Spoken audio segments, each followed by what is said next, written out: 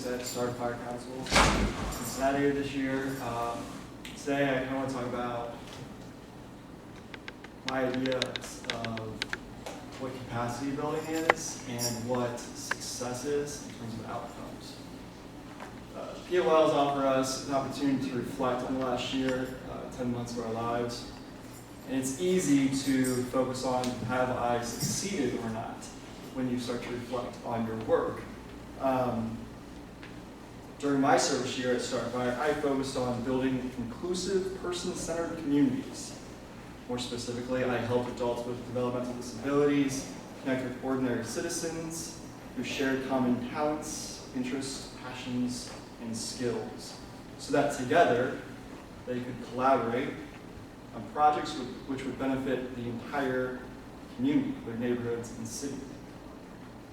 The work I performed at Starfire, I think, is critically important for a variety of reasons. First, segregation exists in Cincinnati. It's very prevalent in Cincinnati, not just with incomes or race, but also with quote-unquote ability. On average in Cincinnati, an adult with a developmental disability has less than 3 friends who are not also disabled.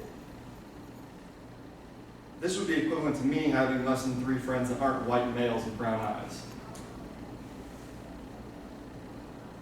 However, the project I helped with this year, through them, 4 people hindered by isolation and segregation have experienced respect, made contributions to their communities, grown in a relationship with a tremendous amount of citizens who share their passions, not their disability.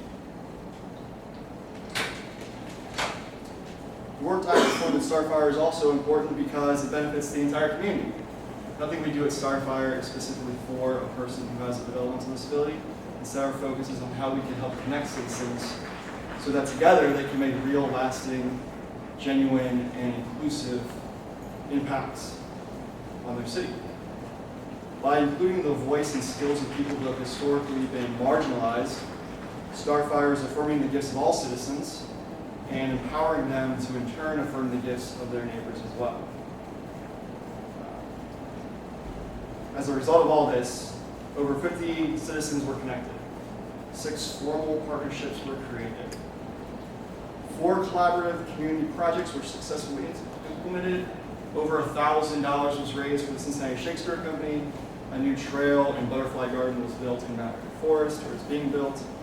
And 2 new community organizations dedicated to building relationships have been created.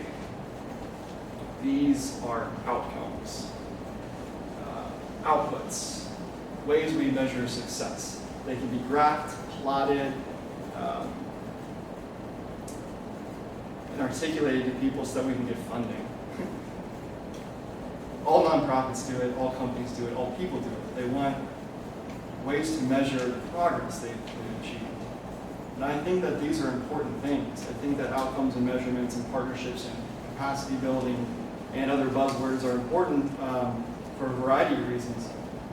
But I think that what I've learned most through Public Allies is that true success isn't always measurable on charts and graphs.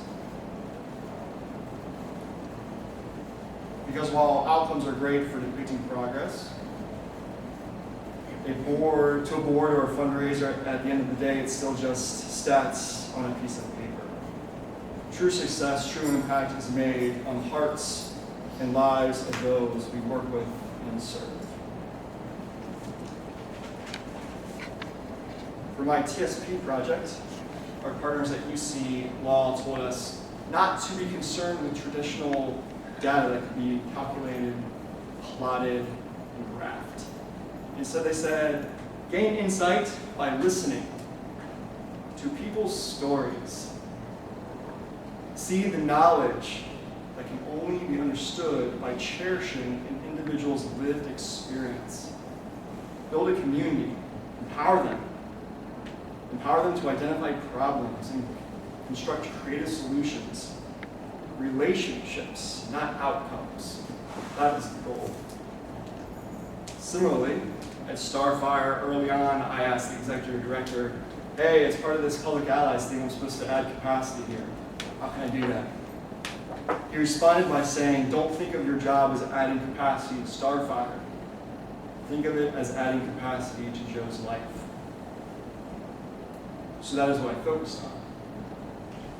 Together with ordinary citizens from across Cincinnati, I helped Joe create the Cincinnati Natural Society, a group dedicated to building inclusive relationships through the exploration of nature. Since its inception, people have gone with Joe, backpacking at River Gorge, stargazing at Marvin's Organic Garden, fishing at Lake Isabella. And this past month, Joe hosts the first annual Cincinnati Natural Society Wilderness Retreat at Elk Lake, Kentucky. Over 25 people have attended Joe's events and meetings, and you hear the same thing every time.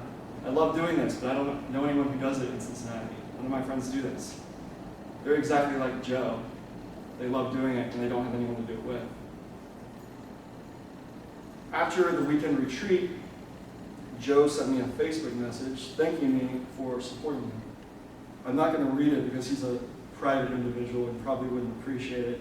But to sum it up, he thanked me, and he called me a true friend. And that's the only real outcome that I care about. Joe is my true friend, and I am his true friend. And his life is better because of me, and my life is better because of him. And in turn, our community is better.